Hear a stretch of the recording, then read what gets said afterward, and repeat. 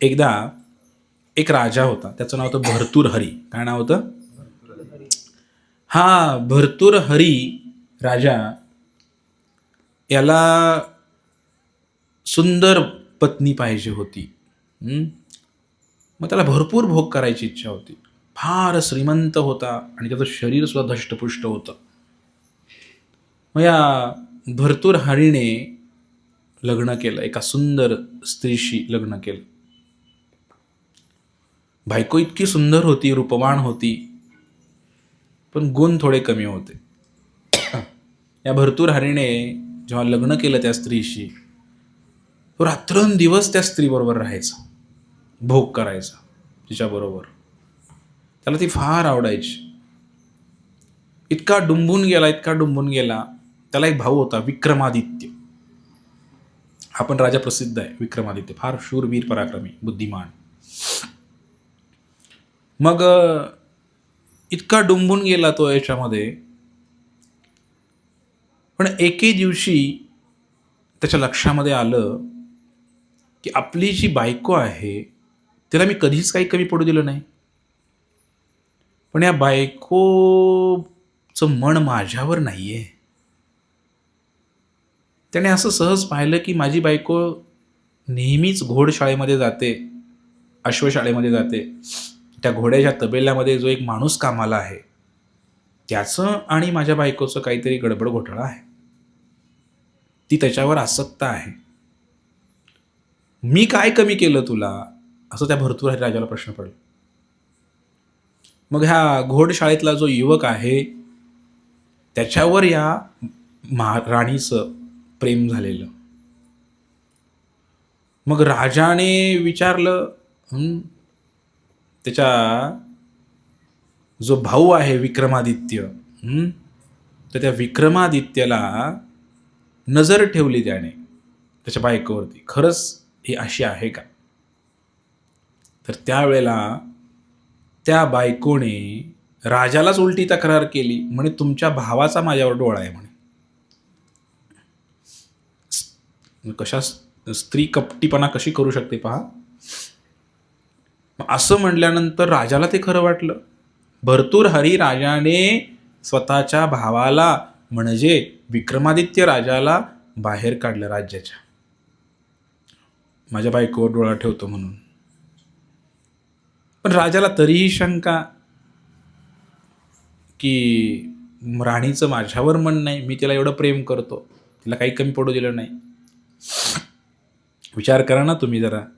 सामान्य व्यक्तीच्या बाबतीमध्ये होणं वेगळी गोष्ट, पण एका राजाच्या बाबतीमध्ये ज्याला पूर्ण राज्य विकत घेऊ शकतो, त्याचं राज्य स्वतःचं आहे, त्या व्यक्तीला जर असं झालं तर काय करायचं. आणि म्हणून भर्तृहरी राजा विचारच करत होते, इतक्यात एक ब्राह्मण त्या ठिकाणी आले. आणि त्या ब्राह्मणाने तपस्या केली होती भरपूर. त्या राज्यामधला तो ब्राह्मण होता. आणि तपस्या केल्यानंतर इंद्राने, कोणी म्हणतं कुठं, गोरक्षनाथाने त्यांना एक फळ दिलं. ते फळ खाल्ल्यानंतर ते अमर फळ होतं. काय होतं? ते अमर फळ होतं. ते अमर फळ जो कोणी खाईल तो अमर होईल, असं ते फळ होतं. ब्राह्मणाला भेटलं होतं. ब्राह्मणाने विचार केला, ब्राह्मण जातिवंत ब्राह्मण होता, बिड्या फुकणारा नव्हता. त्याने ते फळ घेतलं. ते म्हणले माझ्या काय उपयोगाचं आहे फळ, मला अमर होऊन काय करायचं आहे. आपण काय करू, आपल्या राज्याचा जो राजा आहे भर्तृहरी त्याला हे फळ देऊ म्हटले, जेणेकरून तो जगाचं कल्याण करेल, अमर होईल राजा. किती चांगले ब्राह्मण होते. मग त्याने ते फळ आणलं आणि राजाला दिलं. कारण प्रजा एवढी महान असायची की त्याचा जीव राजावर असायचा पूर्ण. पूर्वीच्या काळी ते फळ राजाकडे आल्यानंतर राजाचा जीव कुणावर? राणीवर. म्हणून राजाने विचार केला, हे अमर फळ मी का खाऊ, माझं तर पूर्ण जीव की प्राण म्हणजे माझी बायको आहे, तिला मी देतो म्हणे. ते म्हणले अगं तू हे फळ घे आणि खा म्हणले. त्या बायकोला ते फळ खाण्यासाठी दिलं त्या भर्तृहरी महाराजांनी. मग त्या बायकोने ते फळ घेतलं, खाल्लं नाही, कारण त्या बायकोचा जीव त्या अश्वशाळेतल्या पुरुषावरती, त्या घोडशाळेतल्या युवकावरती. तिनं ते फळ दिलं त्या माणसाला. पण त्या माणसाने पण ते फळ खाल्लं नाही. त्या माणसाचा जीव त्या राज्यातल्या एका दासीवर होता. त्यानं ते फळ त्या दासीला दिलं. मग दासीकडे फळ आल्या, दासीनं खायला पाहिजे होतं. पण दासीने विचार केला की मी दासीच ती दासीच, शेवटी मी अमर होऊन काय करणार. हे फळ जर मी राजाला दिलं तर राजाचं काहीतरी अमर होऊन ते कल्याण होईल. म्हणून पुन्हा त्या दासीनं ते फळ आणून पुन्हा त्याच राजाला आणून दिलं, भर्तृहरी महाराजांना. मग भर्तृहरी महाराजांना जेव्हा ते फळ आणून दिलं तेव्हा भर्तृहरी महाराजांना विचार पडला, हे फळ तर मी माझ्या बायकोला दिलं होतं, तुझ्याकडे कसं काय आलं. दासीला विचारलं. कारण दासी म्हणली की अहो, माझा एक प्रियकर आहे, तो घोडशाळेमध्ये काम करतो, त्याचा माझ्यावर फार जीव आहे, म्हणून त्याने मला हे फळ दिलं. बरं म्हटले. मग राजाने त्या घोडस्वाराला बोलवलं आणि त्याला विचारलं, तुला हे फळ कोणी दिलं. तर त्याने सांगितलं. आता म्हणले, हे सांग नाही तर तुझा जीवच घेतो म्हणले. त्याने खरं खरं सांगितलं. तो म्हटला, महाराज क्षमा असावी, परंतु तुमच्या बायकोचं माझ्यावर फार प्रेम आहे, म्हणून जीव की पाड ती माझ्यावर प्रेम करते, म्हणून ते फळ म्हणले तिनं मला दिलेलं आहे. मग आता बायकोचा नंबर. बायकोला बोलवलं. बायकोला म्हणले, तुला मी काय कमी केलं होतं. त्या फळाने सगळं उघडकीस आणलं. आणि मग त्या बायकोचं प्रेम त्याच्यावरती आहे हे कळाल्यानंतर राजाला इतकं वैराग्य प्राप्त झालं मंडळीनो. एवढा मोठा पृथ्वीचा सम्राट, त्याने सगळं त्याग केलं, लंगोट लावलं, सगळे कपडेसुद्धा काढले आणि तो जंगलामध्ये निघून गेला. कारण विषयाचं स्वरूपच जेव्हा कळालं, वास्तविक जीवनाचं स्वरूप कळाल्यानंतर माणूस घरात थांबत नाही मंडळीनो. आपल्याला घर, प्रपंच, संसार इतका गोड लागतो, याचा अर्थ आपल्याला जीवनाचं वास्तविक स्वरूप नाही कळालेलं आहे. हा संसार कडू आहे, कटू आहे, पण हे भगवंतांना सुद्धा जाणवून द्यायचं आहे आपल्याला, पण आपण जाणूनच घेणं झालं.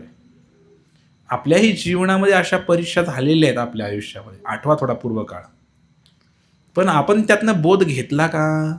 तो भर्तृहरी महाराज जंगलामध्ये निघून गेले, त्यांना तीव्र वैराग्य आला असं म्हटलेलं आहे. पण एवढ्यावर थांबलेलं नाही. वैराग्य पण फार अवघड आहे येणं म्हणजे. त्याच वेळेला पैठणच्या राजाला पण वैराग्य आलं होतं, गोपीचंद राजा. दोघांना एकाच वेळे वैराग्य आलं. हा गोपीचंद राजा सुद्धा घर सोडून जंगलामध्ये गेला. नदीच्या काठी एक झाड होतं आणि त्या झाडाच्या जवळ भर्तृहरी महाराज आधीच येऊन थांबले होते. आणि भर्तृहरी महाराजांनी त्यांची लंगोट, 2 लंगोट असत ना, एक घातली आणि दुसरी वाळू घातली आणि आंघोळीला गेले होते. तितक्यात नंतर परत ते गेल्यानंतर परत गोपीचंद महाराज आले. त्यांनी पण त्याच झाडाला लंगोट लावली तिथं आणि आंघोळीला गेले. आणि मग घटना अशी घडते की एके दिवशी दोन्ही राजे समोरासमोर येतात, गोपीचंद आणि भर्तृहरी. दोन्ही राजे समोरासमोर येतात आणि त्यावेळेला त्यांचं भांडण सुरू होतं. ते म्हणते, कालपर्यंत मी लंगोट वाळू घालतो तो या झाडावर इथं. गोपीचंद राजा म्हणले, अरे तू कुठनं आलाय म्हणले, मी लंगोट वाळू घालतोय म्हणले कालपासून या झाडावर. दोघांनीही मोठं मोठं राज्य त्याग केलेलं आहे आणि भगवत प्राप्तीसाठी जंगलात आलेले आहेत, तरी सुद्धा त्या झाडाच्या जागेसाठी त्यांची आसक्ती राहिलेली आहे. ते झाड त्यांच्या बापाचं नाही. पण तिथं एक म्हातारी होती, झोपडी शेजारी नदीकाठी. भांडण गेलं त्या म्हातारीकडं आणि म्हटले, आजीबाई आजीबाई खरं सांगा बरं, इथं आधी कोणी आलंय. आमच्या दोघांपैकी आधी कोण आलंय सांगा बरं, खरं सांगा, तुम्ही इथं राहताय. पहिलं मी लंगोट वाळू घालायचं का नाही इथं? ह्यो कुठनं आलाय बघा म्हणे. दोघांचं भांडणं आजीबाईकडे गेलं. आजीबाई म्हणली, एवढे तरणे ताटे दिसताय की म्हणली, हां अरे काय केलं तुम्ही हे, जरा शिका शिका म्हणली त्या भर्तृहरी महाराजाकडनं, त्या गोपीचंद महाराजाकडनं. ऐन तारुण्यात म्हणली सगळं सोडून जंगलात गेले ती म्हणली, आणि तुम्ही ही लंगोटी वाळू घालायच्या जागेसाठी भांडताय म्हणली. लाजा वाटाय पाहिजे म्हणले तुम्हाला. आणि तेच राजी होते दोघं जण.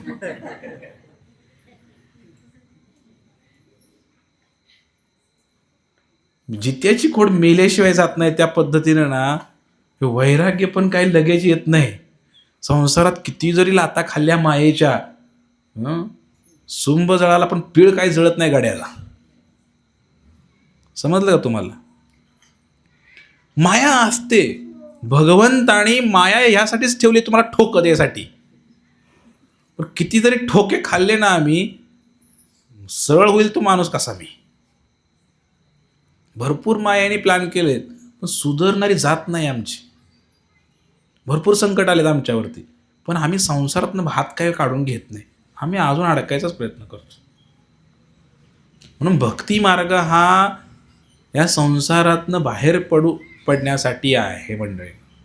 हा मग पुढच्या त्या श्लोकामध्ये चैतन्य महाप्रभू पण वर्णन करतायत की काय समस्या आहे. की तुम्ही म्हणताय का मग आम्हाला सगळं सोडा? नाही, सोडा म्हणत नाही, जोडा म्हणतोय आम्ही. कारण भर्तृहरी महाराजांनी संसाराचा त्याग केला, परंतु वास्तविक वैराग्य उत्पन्न झालं नव्हतं. त्याला नंतर एका आजीच्या उद्देशाने त्यांना वैराग्य, आणि वैराग्य शतक नावाचं पुस्तक लिहिलं भर्तृहरी महाराजांनी. ते जर वाचलं तर तुम्हाला सुद्धा वैराग्य येऊ शकतं, इतकं भयानक त्यांनी वर्णन केलं त्यामध्ये. आणि त्याच्यापूर्वी त्यांनी लिहिलं होतं शृंगार शतक, लग्न झाल्यावर. आधी काय लिहिलं तर शृंगार शतक, त्यात किती रस आहे. आणि नंतर लाता खाल्ल्यानंतर लिहिलं वैराग्य शतक. 2 पुस्तक आहेत, वाचा कधी. सांगण्याचा उद्देश की सहजासहजी वैराग्य संसारात उत्पन्न होत नाही. चांगला गुरु जर भेटला लाता घालणारा तर वैराग्य येऊ शकते. पण गुरुला पण स्वीकार करायला नको वाटतं. बंधनात कोणी राहायचं, बरोबर आहे की नाही? बंधन नको आहे जीवाला, मनाप्रमाणे पाहिजे, मनाचा राजा. गुरु पण नको आहे आम्हाला. गुरु कसा, आम्हाला फक्त फोटो दाखवण्यासाठी. आमचे गुरु श्री श्री श्री 1008 2008 काय असेल ते, आणि दाखवायचे आमचे गुरु आहेत. घरात फोटो लावायचा गुरुचा मस्तपैकी. लाता घालणारा गुरु कोणालाच आवडत नाही. कान पकडून पिळणारा गुरु कोणालाच आवडत नाही. शिव्या घालणारा कुणाला आवडत नाही.